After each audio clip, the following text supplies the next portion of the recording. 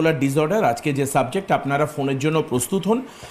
Bipolar disorder কি সেটা আমরা ম্যাডামের থেকে জানবো, পাশাপাশি আপনাদের ফোন নেব। কাজে লাইভ ফোন নাম্বার কিন্তু যাচ্ছে, দেখুন উপরে যে সরাসরি কথা বলুন নাম্বার, এখানে ফোন করবেন।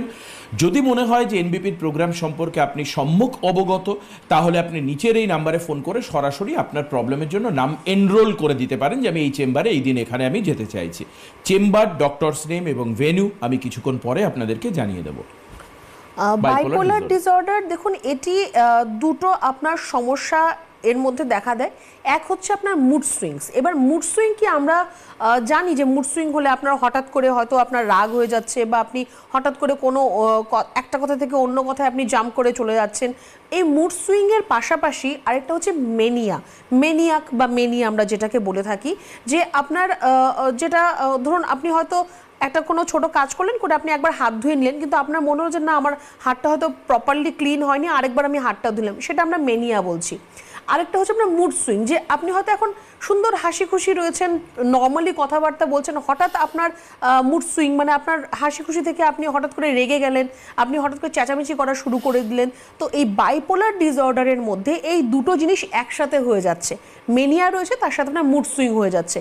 এক্ষুনি আপনি ভালো আছেন, আপনি ঠিকঠাক কথাবার্তা বলছেন, সব কাজকর্ম ঠিকঠাকভাবে করছেন, জাস্ট ফিউ অফ সেকেন্ড পর আপনি আবার চেঞ্জ হয়ে যাচ্ছেন, আপনি হয়তো রেগে গেলেন, বা আপনি হয়তো জিনিসপত্র ছোড়াছুড়ি করা শুরু করলেন, মুড সুইং করা বারবার করে মুড সুইং। আর তার পাশাপাশি মেনিয়াটাও তার মধ্যে এসে অ্যাড হচ্ছে।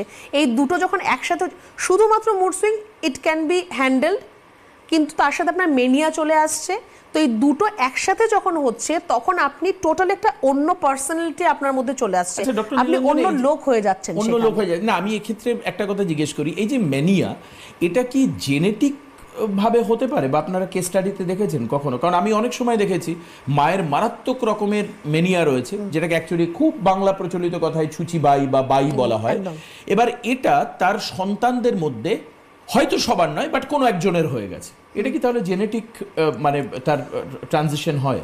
হতে পারে, একদমই হতে পারে। এই যে বাইপোলার ডিসঅর্ডার বলুন, বা আপনার মুড সুইংস, বা আপনার ডিপ্রেশন, অ্যাংজাইটি, কিছুটা পরিমাণ হলেও কিন্তু সেটা আপনার জেনেটিক। এমন নয় যে প্রত্যেকের ফ্যামিলিতে কারোর না কারোর রয়েছে তো প্রত্যেকেরই হবে, এটা একদমই নয়। হয়তো এরকম 10 জনের ফ্যামিলিতে এই প্রবলেম রয়েছে, দেখা গেল যে 3 জনের ফ্যামিলিতে এটা জেনেটিক হিসেবে আপনি সেটা চলে আসছে, মানে মা বা বাবার রয়েছে, তার ছেলে মেয়েদের হচ্ছে। প্রত্যেকের ফ্যামিলিতেই হয়তো হবে না, 10 জনের মধ্যে 3 জনের ফ্যামিলিতে সেটা কিন্তু দেখা যায়। তো ইট ইজ জেনেটিক।